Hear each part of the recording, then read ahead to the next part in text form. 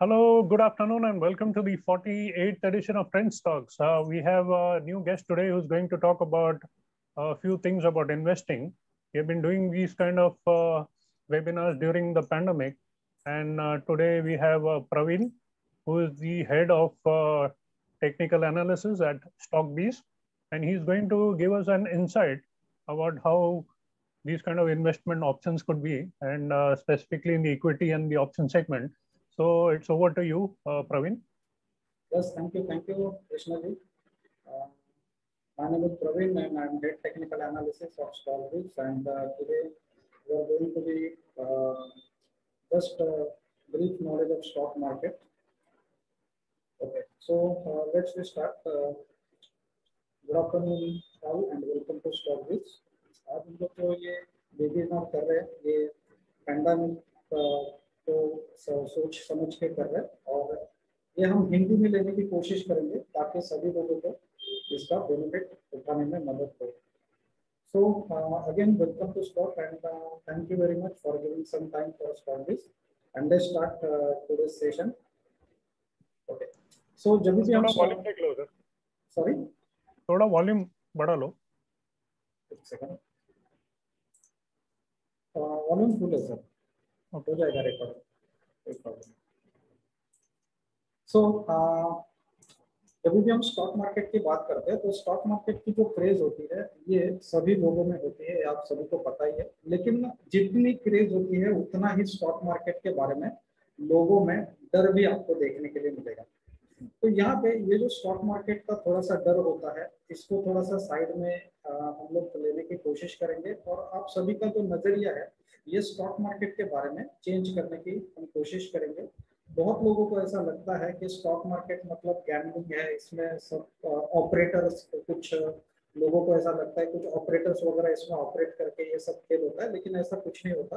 Basically अगर आप इसको प्रॉपर स्टडी करके प्रॉपर सोच समझ के अगर आप करते हो तो मेरे तो हिसाब से स्टॉक मार्केट जैसा कोई इन्वेस्टमेंट फैक्टर या वो भी आपको लगे कि पैसा बढ़ाने का जो जरिया है ये स्टॉक मार्केट के अलावा इतना पावरफुल जरिया आपको कहीं नहीं मिलेगा. तो जब भी हम स्टॉक मार्केट की बात करते हैं तो जो लोग होते हैं इनको हम दो कैटेगरीज में डिवाइड करते हैं. जो नए लोग होते हैं जिनको हम नॉन एसोसिएटेड लोग बोलते हैं, और स्टॉक मार्केट का कैरियर शुरू करने से पहले ये लोग स्टॉक मार्केट के बारे में क्या सोचते हैं. तो स्टॉक मार्केट मतलब एक्चुअल में होता क्या है, इसमें किस टाइप का काम चलता है.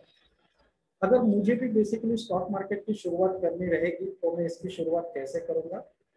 डीमैट अकाउंट मतलब क्या होता है, इसको कैसे और कहाँ पे ओपन किया जाता है, ट्रेडिंग कैसे करनी चाहिए, और सबसे इंपॉर्टेंट चीज इनको ऐसा लगता है कि अगर मार्केट ऊपर जाएगा या तेजी वाला मार्केट रहेगा तो ही मुझे प्रॉफिट होगा, अगर मंदी वाला मार्केट रहेगा तो मुझे लॉसेस होने के चांसेस बने रहेंगे.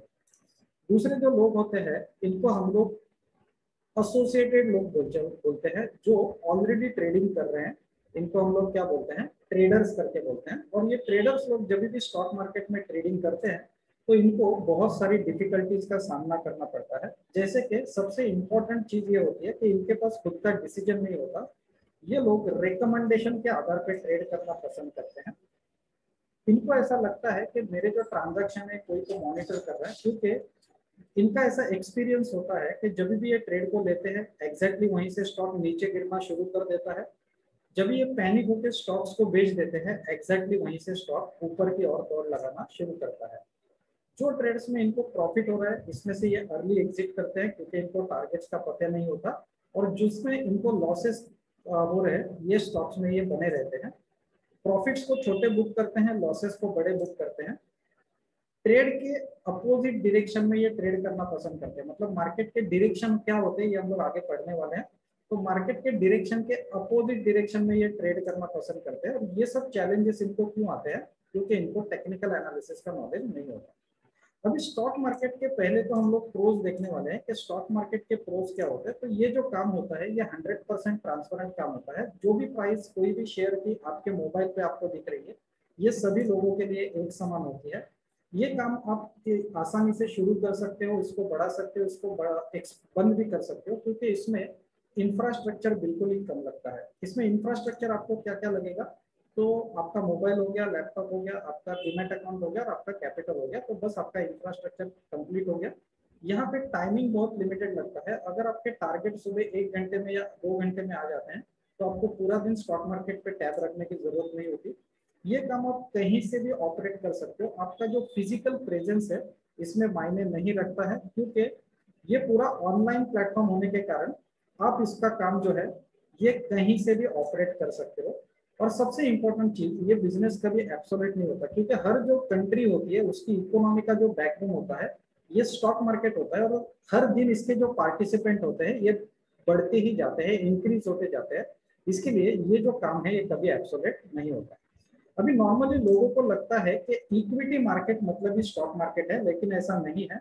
स्टॉक मार्केट जो होता है इसके अलग अलग सेगमेंट्स होते हैं, जिसमें कमोडिटी सेगमेंट होता है जिसमें ट्रेडिंग किसके ऊपर करते हैं, तो मेटल, एनर्जी सोर्स और एग्री कमोडिटीज के ऊपर यहाँ पे ट्रेडिंग की जाती है। दूसरा जो सेगमेंट होता है जिसको हम लोग म्यूचुअल फंड सेगमेंट बोलते हैं। म्यूचुअल फंड सेगमेंट ऐसे लोग प्रेफर करते हैं जिनको पास स्टॉक मार्केट में पैसे कर इन्वेस्ट करने के लिए पैसे हैं, जिनके पास इच्छा भी है स्टॉक मार्केट में काम करने की, लेकिन उनके पास टाइम नहीं है। तो ऐसे जो लोग होते हैं ये लॉन्ग टर्म की प्रोस्पेक्ट से, लॉन्ग टर्म का प्रोस्पेक्ट मतलब 10-15 साल के प्रोस्पेक्ट से स्टॉक मार्केट में म्यूचुअल फंड सेगमेंट में निवेश करना पसंद करते हैं। आज जो हम लोग सेगमेंट देखने वाले हैं ये इक्विटी सेगमेंट और डेरिवेटिव सेगमेंट का हम लोग थोड़ा सा ब्रीफली यहाँ पे इंट्रोडक्शन देने वाले हैं। तो इक्विटी सेगमेंट किसको बोलते हैं, तो जो सेगमेंट में कंपनी के जो स्टॉक्स होते हैं इनकी बाइंग एंड सेलिंग होती है, इसको हम लोग इक्विटी सेगमेंट बोलते हैं। और जो सेगमेंट में कंपनियों के जो स्टॉक्स होते हैं इनके कॉन्ट्रैक्ट की बाइंग एंड सेलिंग होती है, इनको हम लोग क्या बोलते हैं, डेरिवेटिव सेगमेंट करके बोलते हैं।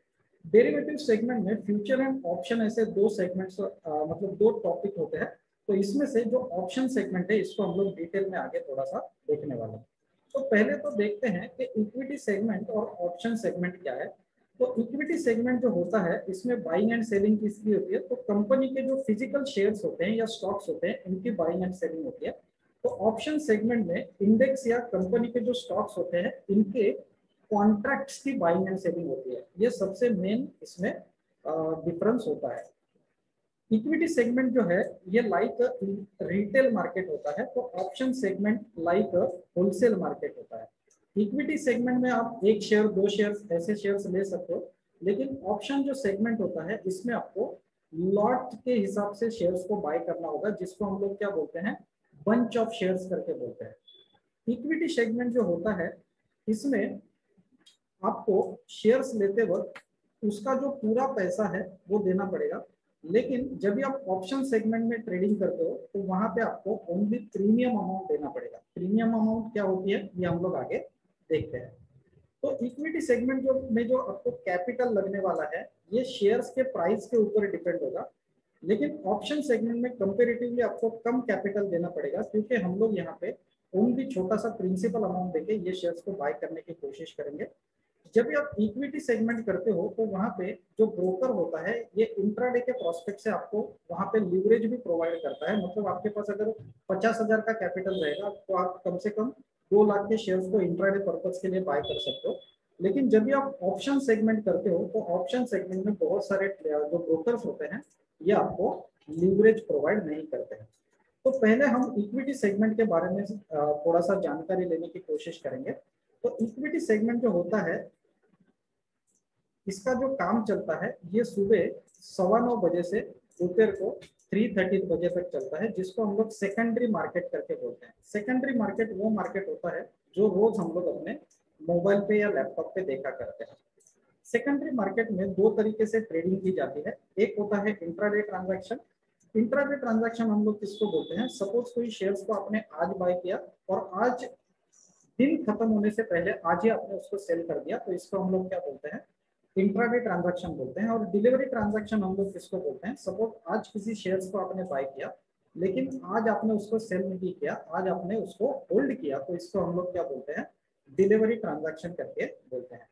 इंट्राडे जो ट्रांजैक्शन होता है ये दो तरीके से किया जाता है, एक होता है नॉर्मल ट्रांजैक्शन और दूसरा होता है शॉर्ट सेलिंग। वैसे ही अलग अलग ट्रेडर जो होते हैं ये अलग अलग प्रोस्पेक्ट से डिलीवरी को होल्ड करते हैं। कुछ ट्रेडर्स कुछ दिनों के प्रोस्पेक्ट से शेयर्स को होल्ड करते हैं, इसको हम लोग बोलते हैं शॉर्ट टर्म डिलीवरी। तो कुछ ट्रेडर्स कुछ हफ्तों या कुछ महीनों के प्रोस्पेक्ट से शेयर्स को होल्ड करते हैं, इसको हम लोग बोलते हैं मिड टर्म डिलीवरी। तो कुछ ट्रेडर्स लंबे अवधि के लिए मतलब कुछ सालों के प्रोस्पेक्ट से शेयर्स को अपने पास होल्ड करते हैं, इसको हम लोग बोलते हैं लॉन्ग टर्म डिलीवरी। ये जो स्टॉक मार्केट का काम चलता है इक्विटी सेगमेंट में, इसमें जो ट्रेडिंग्स होती है इसमें बेसिकली इंट्राडे ट्रेडिंग्स होती है, शॉर्ट टर्म मतलब स्विंग ट्रेडिंग्स होती है, और लॉन्ग टर्म मतलब पोजिशनल मतलब थोड़ा सा लंबे अवधि के लिए लोग यहाँ पे ट्रेड करना पसंद करते हैं। तो यहाँ पे हमेशा ध्यान रखिए कि जब भी आपको स्टॉक मार्केट में इक्विटी सेगमेंट में काम करना रहेगा तो आपको कुछ पॉइंट्स का ख्याल रखना पड़ेगा कि ओवरऑल मार्केट का ट्रेंड कौन सा शुरू है, स्टॉक सिलेक्शन आपको कैसे करना चाहिए, वो जो स्टॉक है या फिर उसका जो क्या बोलते हैं उसको वो जो पर्टिकुलर स्टॉक है या फिर उसका जो सेगमेंट है इसका ट्रेंड क्या शुरू है, इसके ऊपर आपको कौन से टेक्निकल टूल्स और टेक्निकल इंडिकेटर्स का इस्तेमाल करना पड़ेगा, और अकॉर्डिंगली आपको आपके एंट्री पॉइंट फिक्स करना पड़ेगा, आपका जो स्टॉप लॉस है उसको फिक्स करना पड़ेगा, और आपके जो टारगेट्स है इसको भी आपको फिक्स करना पड़ेगा। ये सभी तीन चीजें जब भी आप फिक्स कर पाओगे तभी आप क्या कर सकते हो, कोई भी शेयर को बाय या सेल कर सकते हो। जब तक आपका रिस्क रिवार्ड रेशियो क्लियर नहीं होता तब तक आप कोई भी शेयर को बाय करना थोड़ा सा हानिकारक हो सकता है।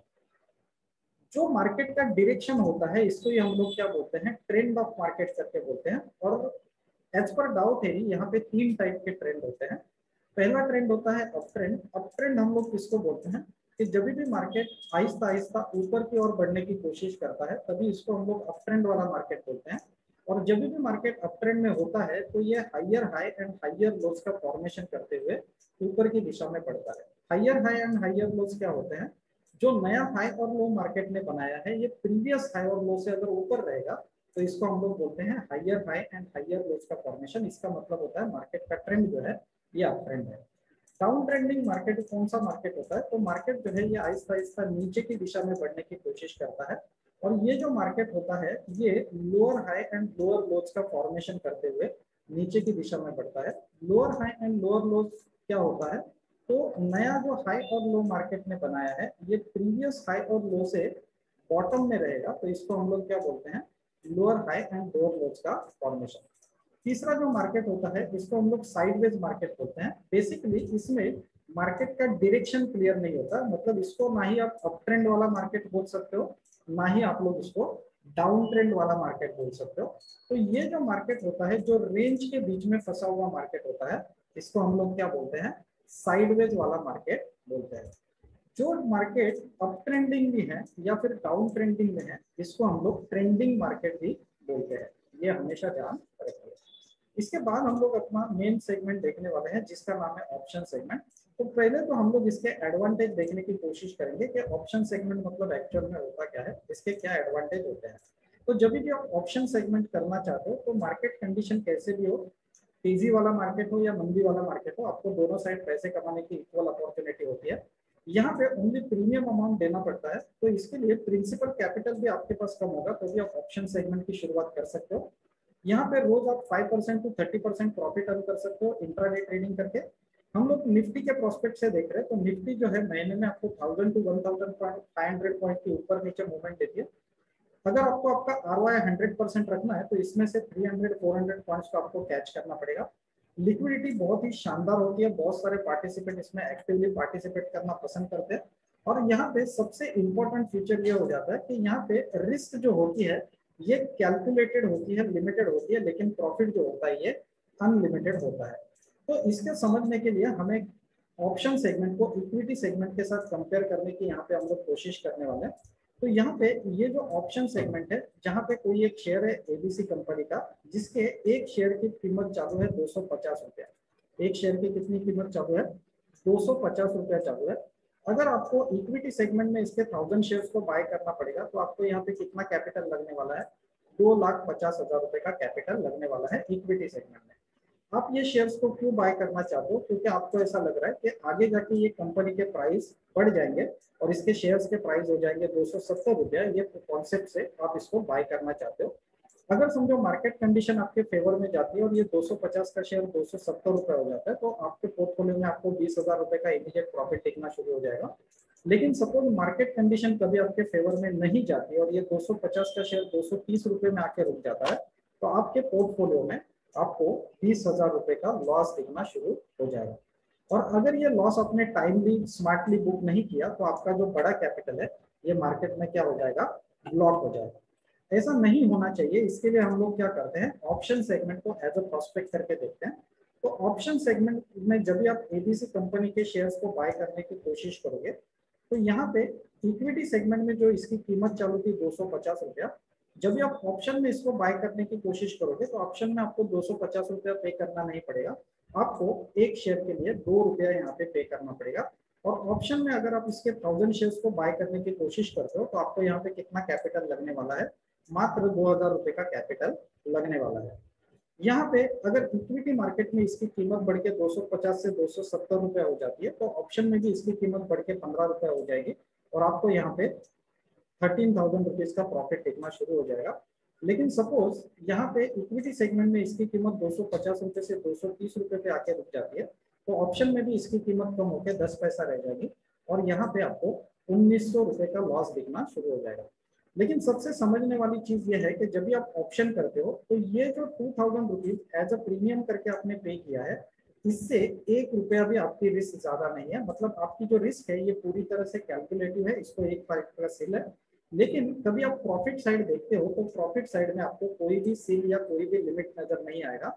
ऑप्शन में प्रॉफिट जो होता है ये अनलिमिटेड होता है। तो ऑप्शन का एक सिंपल सा यहाँ पे क्या होता है, एक एडवांटेज होता है कि यहाँ पे रिस्क जो होती है ये लिमिटेड होती है और प्रॉफिट जो होता है ये अनलिमिटेड होता है। तो यहाँ पे एक चीज समझना जरूरी है कि यहाँ पे हमें ये जो शेयर है इतना सस्ता क्यों मिल रहा है। तो यहाँ पे ये जो 2 रुपए में हमें शेयर मिल रहा है ये क्यों मिल रहा है, क्योंकि ऑप्शन क्या होता है, एक टाइप का कॉन्ट्रैक्ट होता है। जब भी हम कॉन्ट्रैक्ट कोई कंपनी का बाय करते हैं तो वहां पे आपको क्या करना पड़ता है, शेयर की ओरिजिनल कीमत आपको पे नहीं करनी पड़ती, आपको एक छोटा सा प्रीमियम पे करके इसको आप बाय कर सकते हो। तो ऑप्शन का ये जो कॉन्ट्रैक्ट होता है ये कैसा कॉन्ट्रैक्ट होता है, तो ये जो कॉन्ट्रैक्ट होता है जस्ट लाइक इंश्योरेंस पॉलिसी जैसा एक कॉन्ट्रैक्ट है।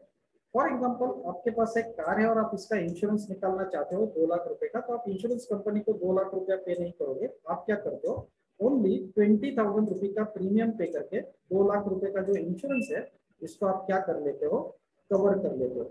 सेम वे ऑप्शन में जब भी आप क्या करते हो, शेयर्स को बाय करने की कोशिश करते हो तो ऑप्शन भी एक कॉन्ट्रैक्ट है।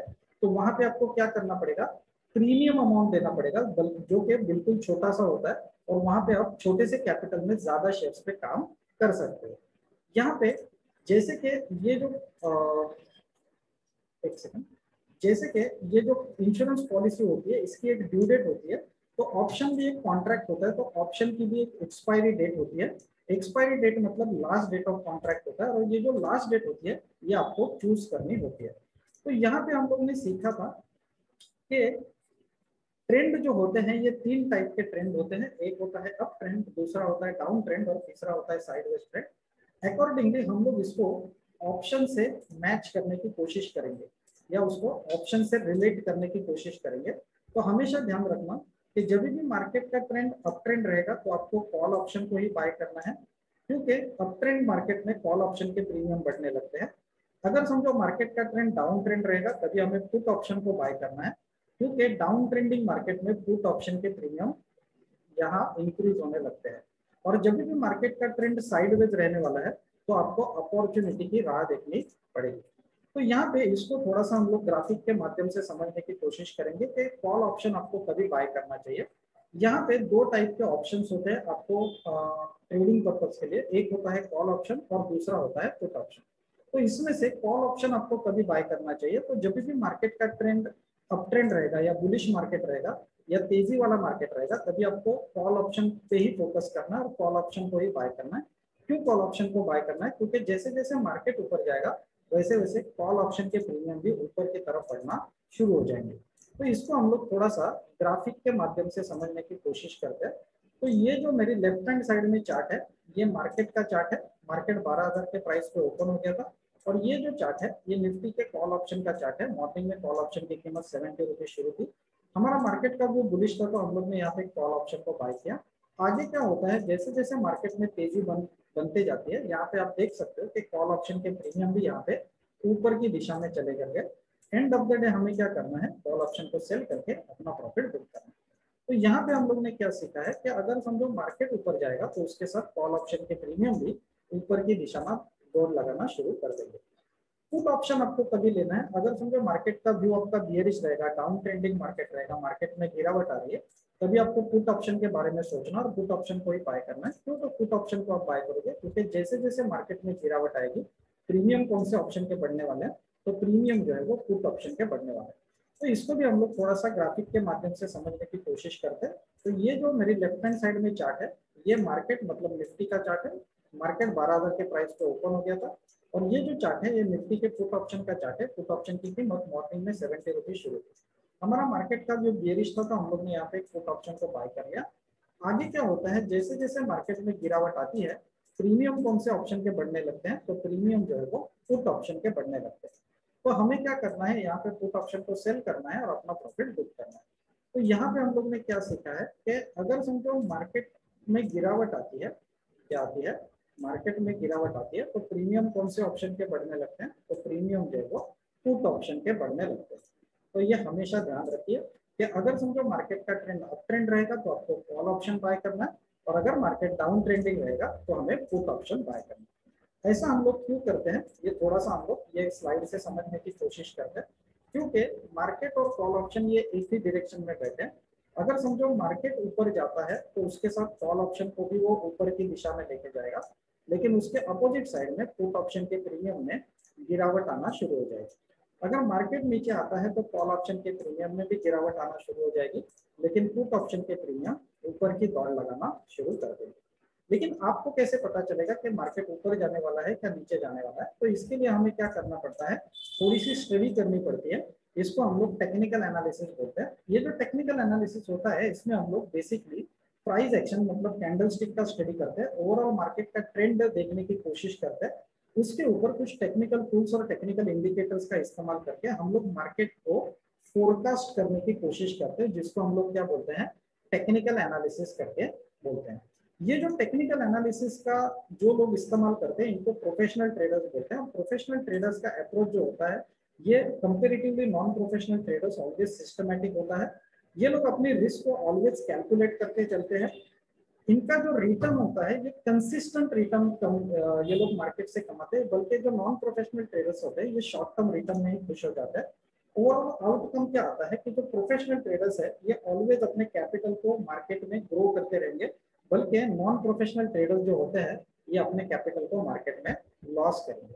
तो प्रोफेशनल ट्रेडर्स ऐसा क्या करते हैं जिसके वजह से ये प्रोफेशनल ट्रेडर्स बन पाते हैं, तो प्रोफेशनल ट्रेडर्स के पास जब तक ये 4Ws के आंसर नहीं होते तब तक प्रोफेशनल ट्रेडर्स अपने ट्रेड्स को एग्जीक्यूट करना पसंद नहीं करते कि मैं क्या बाय करूंगा, एग्जैक्टली मैं कहाँ पे बाय करूंगा, अगर मैं बाय करता हूं तो ये ट्रेड के पीछे मेरा रिस्क क्या रहने वाला है और मैं मेरा क्या रिवॉर्ड के लिए मैं काम करने वाला हूँ।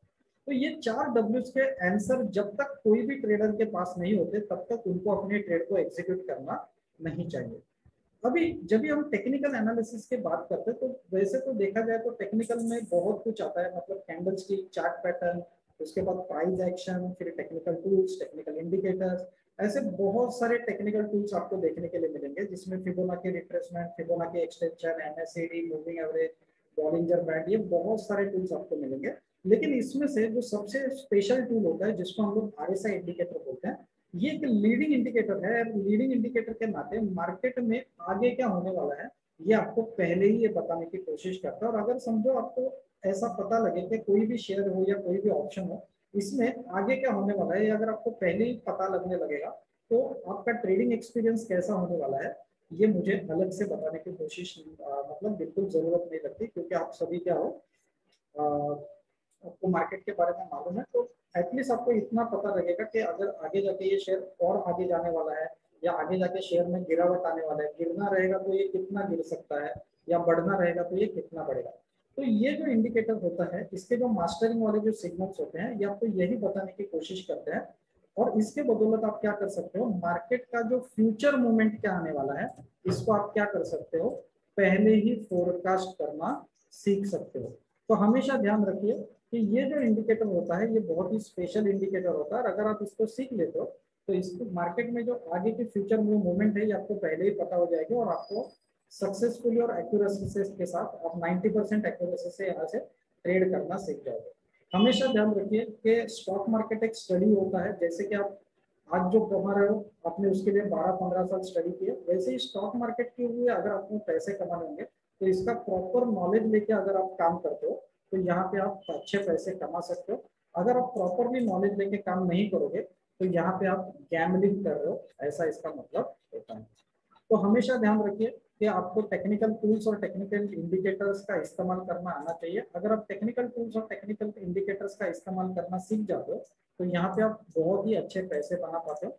यहाँ पे कुछ मैंने स्लाइड्स को ऐड नहीं किया है क्योंकि बहुत सारे ऐसे मैं आपको शायद आपके टेलीग्राम चैनल पे लेके चलता हूँ, वहाँ पे आपको देखने के लिए मिलेगा कि वहाँ पे लोग कैसे पैसे बनाते हैं।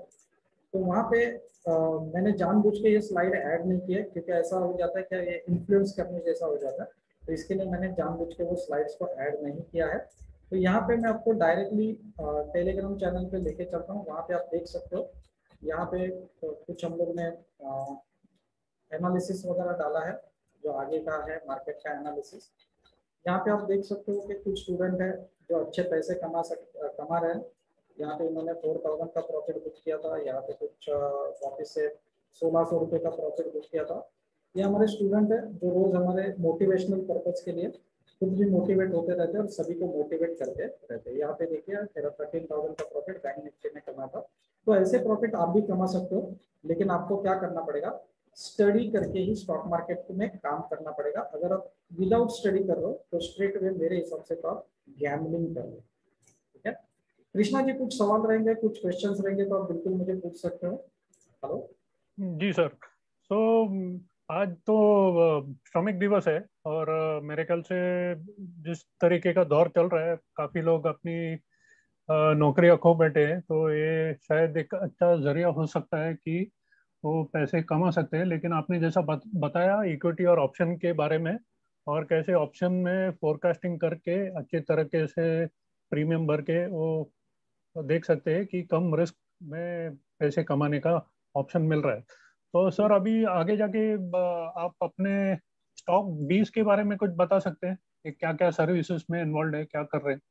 Stockbees is educational platform, purely educational platform. और हम लोग यहाँ पे प्रयास करते हैं कि देखिए नॉर्मली मार्केट में जो क्लासेस चलते हैं इनके अगर आप फीस देखोगे तो ये जो कंटेंट हम लोग सिखा रहे हैं यही सीखने के लिए आपको कम से कम 20-30 हजार रुपया पे करना पड़ेगा। लेकिन हम लोग ने सोचा है कि एज अ स्टॉक बीज यहाँ पे हम लोग प्रयास करते हैं कि जो कंटेंट आप अगर समझो 30 हजार सीखने के लिए दे रहे हो तो बंदा ट्रेडिंग कभी करेगा, वो वहाँ उसको कैपिटल कहाँ से लाएगा। तो इसके लिए हम लोग क्या करते हैं, अपना एक कोर्स ऑर्गेनाइज करते हैं जो बहुत ही नॉमिनल चार्जेस हम लोग लेते हैं, 3000 रुपीज। ये 10 डेज का कोर्स होता है, और ये जो कोर्स होता है इसमें बहुत सारी चीजें जो कि प्रैक्टिकल चीजें होती है ये आपको सीखनी होती है। और अगर कोई किसी को ऐसा लगता है कि मैं सही में स्टॉक मार्केट सीखना चाहता हूँ, सीरियस हूँ मैं ये चीजों में, और अगर मुझे स्टॉक मार्केट का टेक्निकल एनालिसिस और डेटा एनालिसिस, इंट्राडे टेक्निक्स और डिलीवरी टेक्निक्स, ये सभी चीजें जो है ये मुझे प्रॉपरली सीखनी है, डीपली सीखनी है, तो वो हमारा कोर्स ज्वाइन कर सकता है। इसमें आफ्टर कोर्स जो अभी मैंने ग्रुप दिखाया वो ग्रुप पे आपको ऐड किया जाता है, उस पर आपको लाइफ टाइम सपोर्ट दिया जाता है। और यहाँ पे हमेशा ध्यान रखिए कि बहुत सारे जो स्टूडेंट है बहुत सारी सक्सेस स्टोरीज ऑलरेडी हम लोग ने लिखी है जो आपने भी मैंने आपको बताया है, ये तो कुछ स्नैपशॉट है। ऐसे भी मेरे स्टूडेंट है जो एक एक दिन में 1-1 लाख रुपए का प्रॉफिट बुक करते हैं। ठीक है, जो मैंने सेमी लास्ट वेबिनार में भी था मेरा, उसमें मैंने आपको बताया था कि तीन जो स्टूडेंट है इन्होंने एक ही दिन में 1-1 लाख रुपए का प्रॉफिट देखा। तो ये बड़ा प्रोस्पेक्ट होता है, आपको इसको समझना पड़ेगा। पहले तो आप समझ लो प्रोस्पेक्ट को, समझ लो, इसकी थोड़ी सी प्रैक्टिस करो। अगर आप थोड़ी सी प्रैक्टिस करते हो, थोड़ा सा एजुकेशन आपके पास है, थोड़ा सा कंप्यूटर नॉलेज है, तो बेशक आप यहाँ पे अच्छे पैसे कमा सकते हो। हाँ तो सर कोई अभी समझो कोई नया एंट्रेंट है, अभी कोई यूथ है, उनको स्टॉक मार्केट में अपना हाथ आजमाना है, ओके, तो उनके लिए समझो 1 लाख पर डे कमाना है तो क्या करना पड़ेगा, कैसे स्किल बिल्डिंग करना पड़ेगा, क्या डेवलप करना पड़ेगा उनके लिए? देखिए स्टॉक मार्केट ऐसा एक काम है जिसको पहले तो आप आज आए और कल से शुरू किया, ऐसा नहीं होता। इसको आपको प्रॉपरली, जैसे कि मैंने कहा कि इसको समझना पड़ेगा, थोड़ी सी प्रैक्टिस करनी पड़ेगी। क्योंकि देखिए प्राइस जो होती है या कभी एक जगह पे नहीं रहती, प्राइस हमेशा मूव होती रहती है। ये प्राइस एक्शन कैसे होती है, इसके ऊपर हमें एग्जैक्टली कौन से टूल्स लगाने चाहिए। मैं टूल्स को लगा रहा हूँ, लेकिन मैं बराबर लगा रहा हूँ क्या, इसको आपको क्रॉस वेरीफाई कैसे करना है, ये जो चीजें हैं, ये अगर आप एक बार सीख लेते हो। अभी बहुत से मेरे स्टूडेंट हैं जिनके भी जॉब चले गए, लेकिन जिनका जो हाउसिंग लोन का जो इंस्टॉलमेंट है, ये स्टॉक मार्केट का अभी उनके पास नॉलेज है, तो वो आराम से भर पा रहे, आराम से सस्टेनेबल हो गए। लेकिन जिनके जॉब चले गए या जॉब ढूंढ रहे हैं, तो अभी लॉकडाउन के बाद भी क्या होने वाला है कि इतने सारे जॉब्स ओपन नहीं होने वाले हैं। जॉब्स भी हो तो वर्क फ्रॉम होम, तो आप वर्क फ्रॉम होम करके स्टॉक मार्केट भी कर सकते हो साइड बाय साइड, और अच्छे पैसे कमा सकते हो। अच्छे नहीं, बहुत सारे पैसे आप कमा सकते हो, जो आप बिलीव भी नहीं कर पाओगे। मैंने जानबूझ के मैंने बताया कि ये स्लाइड्स मैंने ऐड नहीं किए, क्योंकि मुझे इन्फ्लुएंस नहीं करना है। जो प्योरली प्रोस्पेक्टिव वही मुझे बताना था, जो कि मैंने डिलीवर कर दिया। तो सर अभी मार्केट जो निफ्टी है करीब करीब 15,000 तक पहुंच रहा है। तो अभी क्या फोरकास्ट करते हैं, अभी आगे जाने का संभावना है कि यहाँ से शायद नीचे गिरेगा, क्या यहाँ होगा? पे देखिए, यहाँ पे मैंने ऑलरेडी बताया, एक परसों ही मैंने एनालिसिस डाला था स्टूडेंट लोगों को। ये मेरे ग्रुप पे ही जाकर मैं दिखा देता हूँ आपको। तो ये जो एनालिसिस डाला था, ये अकॉर्डिंग टू दिस सभी टारगेट्स अचीव हो गए थे 15,000 तक के। ये हम लोग ने एनालिसिस डाला था। अभी का जो मार्केट ट्रेड कर रहा है, ये इंपॉर्टेंट सपोर्ट लेवल पे कर रहा है। तो ये सपोर्ट अगर लेता है तो मार्केट का वापस से ऊपर का जर्नी शुरू हो जाएगा। लेकिन आने वाले जो दिन है, ये इलेक्शन के रिजल्ट्स के दिन है, तो थोड़ा सा न्यूज बेस भी रहेगा। तो यहाँ पे अगर 15,550 का लेवल ये वापस से अगर ब्रेक करता है, तो ये बहुत ही बूम से ऊपर जाने वाला है। लेकिन वापस अगर ये चैनल के बीच में आ जाता है, ये जो मैंने चैनल बनाया है, अगर इसके अंदर चला आएगा, तो वापस से इसका डाउन ट्रेंड शुरू हो जाएगा, तो मार्केट इसको निगेटिव लेगा, सभी ट्रेडर्स लोगों का व्यू चेंज हो जाएगा।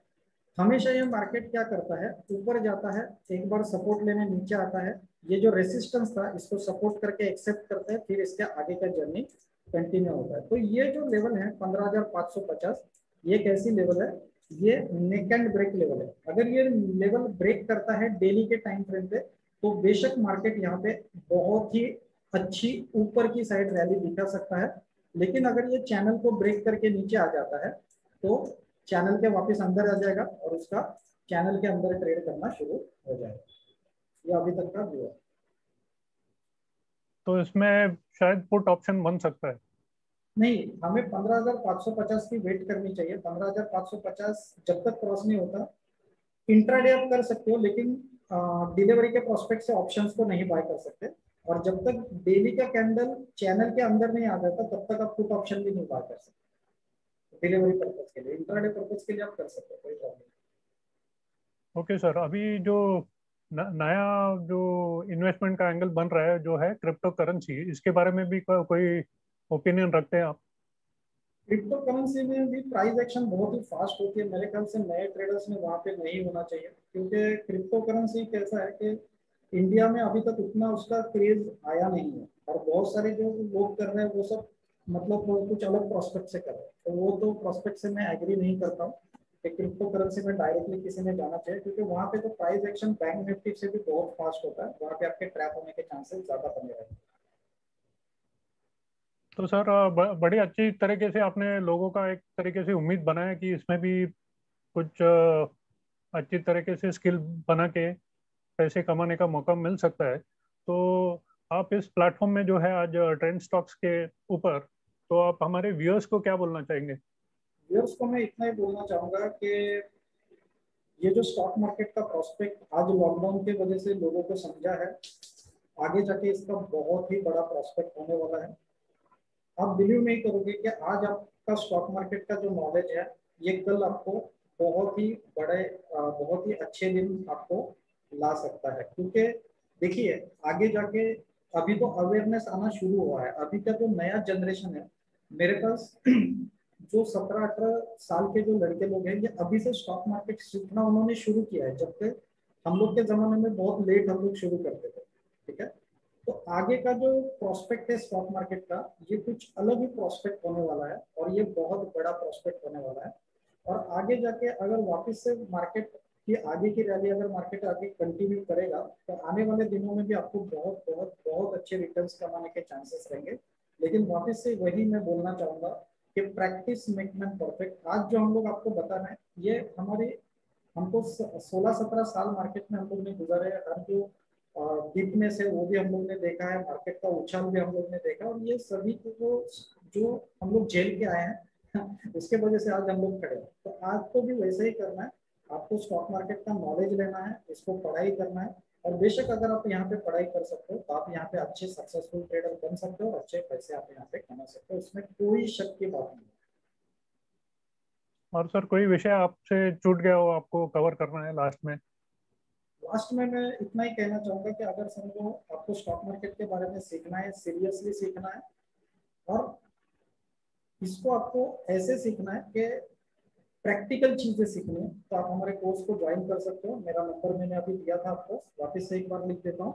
मेरा नंबर है 70399। एक सेकंड यहाँ पे लिख देता हूँ, 703992468। ये मेरा नंबर है। मेरा नाम है Praveen, head technical analysis of stock. आप मुझे व्हाट्सएप पे पिंग कर सकते हो, और अगर किसी को कोर्स ज्वाइन करना रहेगा तो आप कर सकते हो। इसकी जो नेक्स्ट बैच है ये अभी 5 तारीख से शुरू हो रही है, जिसके एडमिशन ऑलरेडी शुरू है। इसका जो टाइमिंग रहेगा ये रात को 9 से 11 रहेगा, क्योंकि अभी बहुत सारे लोग वर्क फ्रॉम होम करते हैं तो उनके लिए ये टाइम सुटेबल होता है।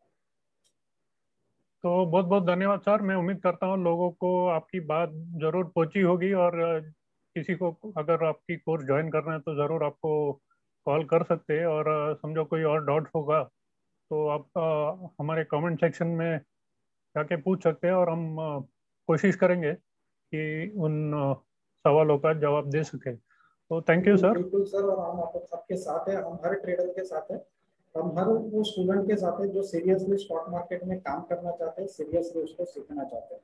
ओके। और हम आपका भी शुक्रिया अदा करते हैं स्टॉक की पूरी फैमिली की ओर से कि आपने हमें मौका दिया। और once again thank you very much, और सबको महाराष्ट्र दिन और एक मई के हार्दिक शुभकामनाएं। Okay, thank you sir. Thank you sir, bye, good day.